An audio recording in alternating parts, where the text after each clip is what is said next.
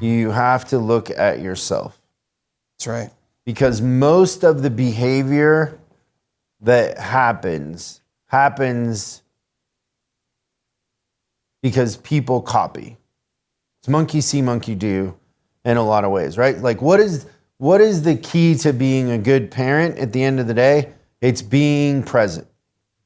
Most of what kids, you don't have to teach kids a lot of stuff. If you're around and they see you, they're going to learn, right? Yeah. When we're kids, we learn by watching adults, and then sometimes we learn from our friends at school that know more about I remember learning a lot of stuff from birds my and friends bees at school. and things like that. But you learn from who you're around and what you see. And so, well, I mean, I think the example of your service drive is a good one in the sense that those advisors were kind of a reflection of me, probably. Yeah, just like our coaches, and like we're all kind of very similar, and a lot of the elite members are very similar. Like we all kind of are pretty much the same MO. Yeah. The same kind of people, the same values, I guess, right? Oh, I think that's true. So you kind of attract who you are. Definitely we attract who we are, but I was consciously trying to hire people that were different than I was. At the end of the day, I hired a lot of people that were similar to me. But I was consciously oh, there's someone for everyone.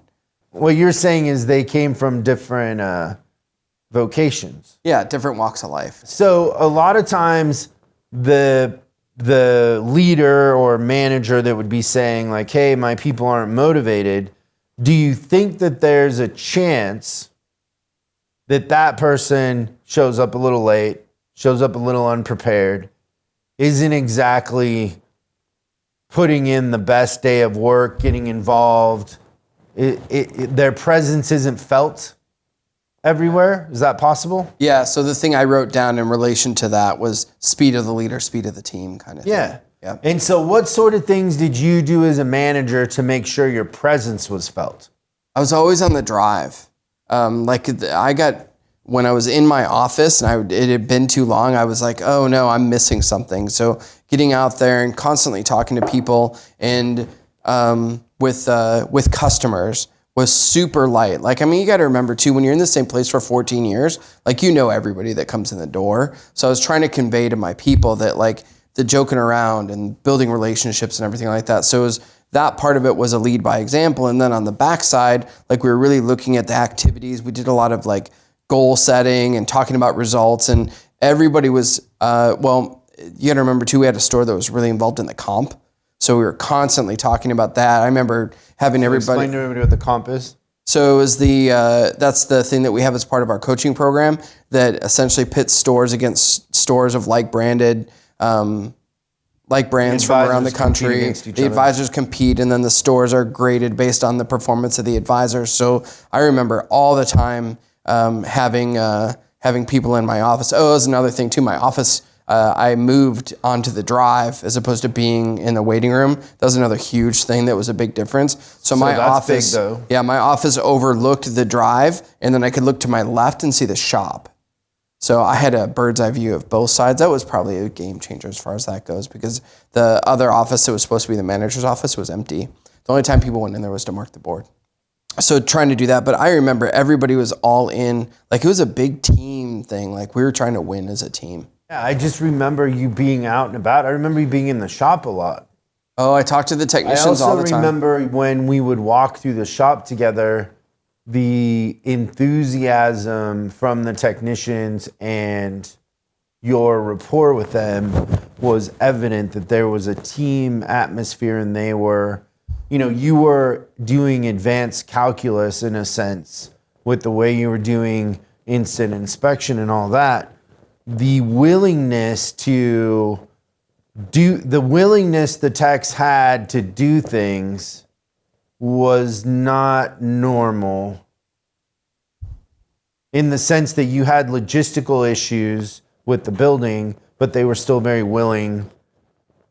So I would imagine you were in the shop a little bit too, or that's the sense I got. Well, I think that something to remember about that too is that I was a little intimidated by the shop at first. So it was not a strong suit of mine early in my management career, but I feel like that was one of the things that you said is obviously it's a whole team. And then I was like, well, I don't have good rapport with techs. And I remember you saying to me is like, well, that's your fault. Like in the sweetest, nicest way that you could just, sure. Yeah. But you're like, no, that's your responsibility. Like it's not my fault. You know, just because I don't know how to work on cars doesn't mean I can't build a relationship with somebody, right? Right. So I really found that what happened is if you ask the technicians and get to know them and be naturally curious on a really, really deep level, and like I was talking to my techs about all that stuff, and I can't tell you how many times I would have like, you know, we close at 6, and I would be in with the technician, he'd just talking to me about what's going on in life till 7 or 7:30 at night. And that hour and a half that you spend with that technician, like it's worth its weight in gold, because like their loyalty and their feeling that the business cares about them, you can trade that for $1 billion. I don't think. Like it's having a team that would go to war with you and feels like you actually care about them is. So if I said my impression was that your presence was felt in the shop, what specifically do you think caused that? Certainly like the way that we were looking at cars and with the customers, like the instant inspection part and just getting out there and always talking about what are we doing today.